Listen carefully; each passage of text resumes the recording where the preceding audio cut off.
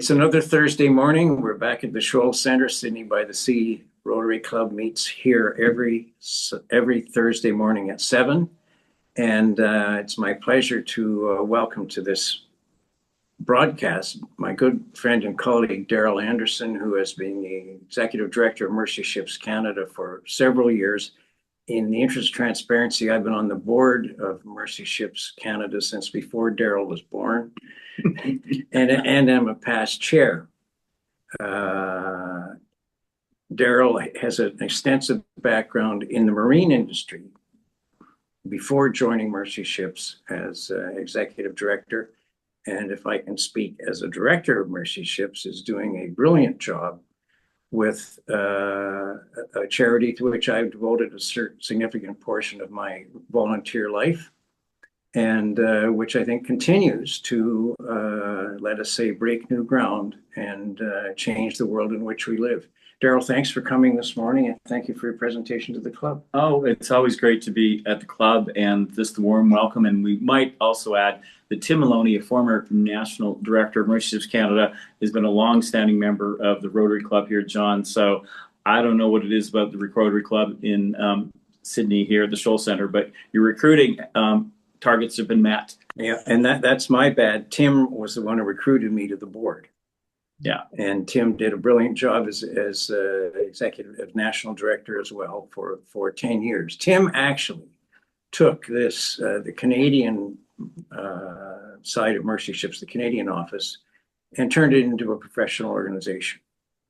Because I think Mercy Ships has been around for about 12 or 14 years but a few years before Tim took over. Anyway, Tim is a past president of our club and a past national director of Mercy Ships. So we're well connected. The challenge that Mercy Ships is fulfilling is essentially surgical interventions. But for members of our audience who don't quite understand what Mercy Ships is, by way of very good website and all that, Darryl, what are the challenges facing the organization? So to help understand the organization, John is absolutely right. Mercy Ships is an international charity or NGO that provides free surgical care primarily in West Africa, but we're working in Madagascar, and there's 16 international offices, and we have volunteers from 40 to 50 nations around the world. But by the name and the title suggests, Mercy Ships, we are the world's largest operators of civilian hospital ships. So it's a global NGO working with volunteers from 40 to 50 nations, and we can unpack what the current means for us, whatever, but that gives the context for our discussion today, John. It's a wonderful charity. I've already revealed my bias. But the challenge of operating 2 floating hospitals, it's partly a marine challenge, and we're very blessed that we've got a mariner in charge of Mercy Ships Canada. But it's mostly a personnel challenge. Yeah, so exactly right. So the other thing that's important to understand, that we were also impacted by COVID. So we had one ship, we were impacted by COVID, but history has a way of teaching you lessons. So just as COVID hit, the organization was introducing another new hospital ship, and it's 60% bigger platform than the other ship.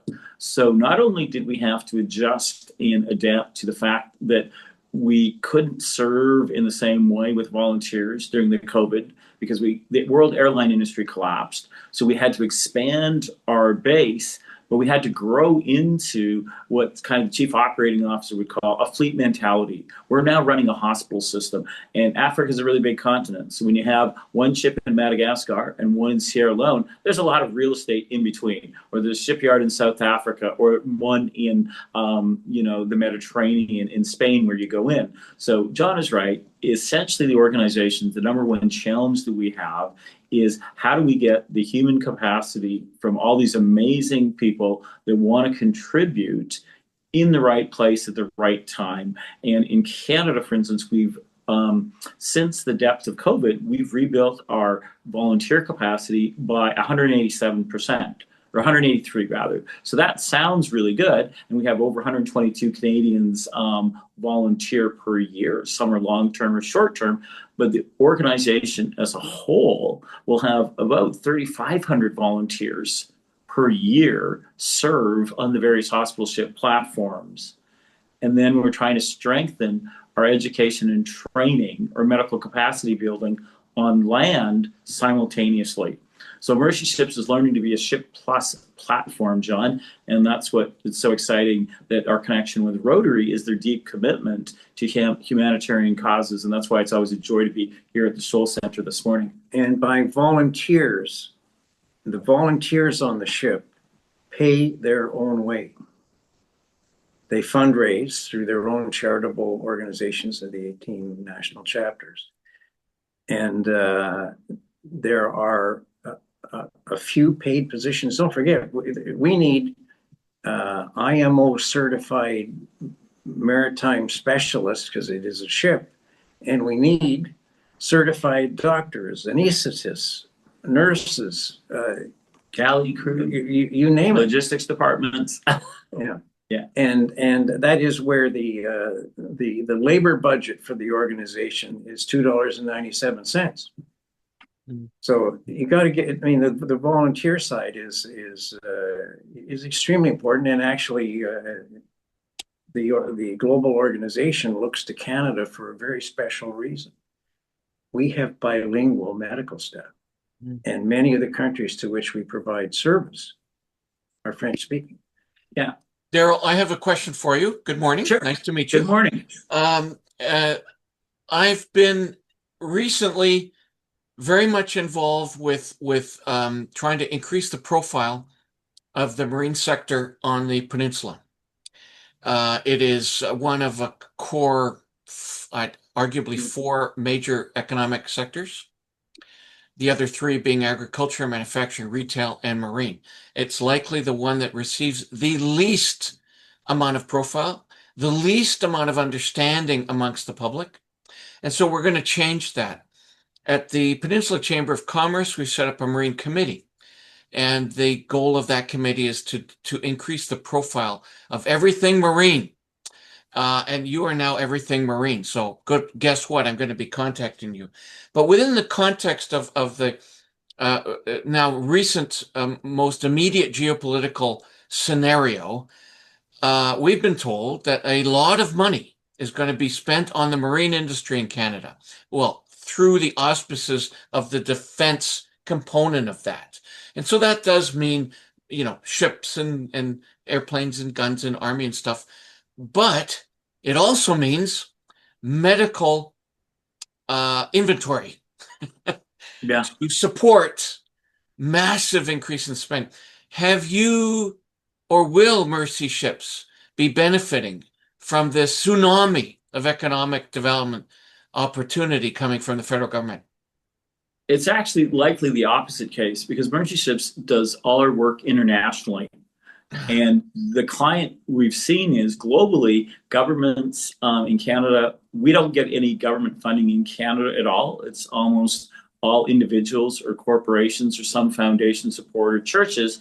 But the reality is international development work is at the bottom of the needs. So Canada's really wrestling with, and this impacts our work in Mercy Ships Canada, how do you be a global citizen simultaneously with building your national capacity? And the government these days is just kind of focused on how do we build national capacity first, and they're a little bit slower at picking up the global challenges of being a global citizen. Clearly, the U.S. government withdrew from the foreign aid sector. Mercy Ships wasn't dependent upon that. But the opportunities can come when we realize that it's not an either or. And so we've always had really great, strong support from those in the maritime or other communities that know us. And we have many members. What the real opportunities going forward, and maybe perhaps for Mercy Ships, is how do we position as we strengthen our local ecosystems and get solid businesses and build national capacity, that a portion of their community support and outreach could actually include their global neighbors. So we're at the cusp of change. You're absolutely right. It's an exciting time. And that's why it's always great to be at Rotary, is because John, just as he brings the world up close. And Yes. yeah. Well, we're going to help build and support your efforts through making a lot of digital noise and trying to get your messaging out to a very broad community. Wonderful. Well, thank you so much. And there's a very good website, www.mercyships.ca. And on the point you just made, John, I would say that this is a bit strange, but the marine industry in Canada is going through a sea change. I mean, it's one thing to build up the Navy. It's quite another to staff it. So amazingly, at about the same time as Mercy Ships, because there is a third ship that's going to be built, at the same time as Mercy Ships is expanding and the need for the services, it never diminishes. The marine industry in Canada, from a human HR point of view, is going to be expanding dramatically. So we're both going to be working in the same labor pool, which is a challenge, but overall, there is a symbiotic relationship.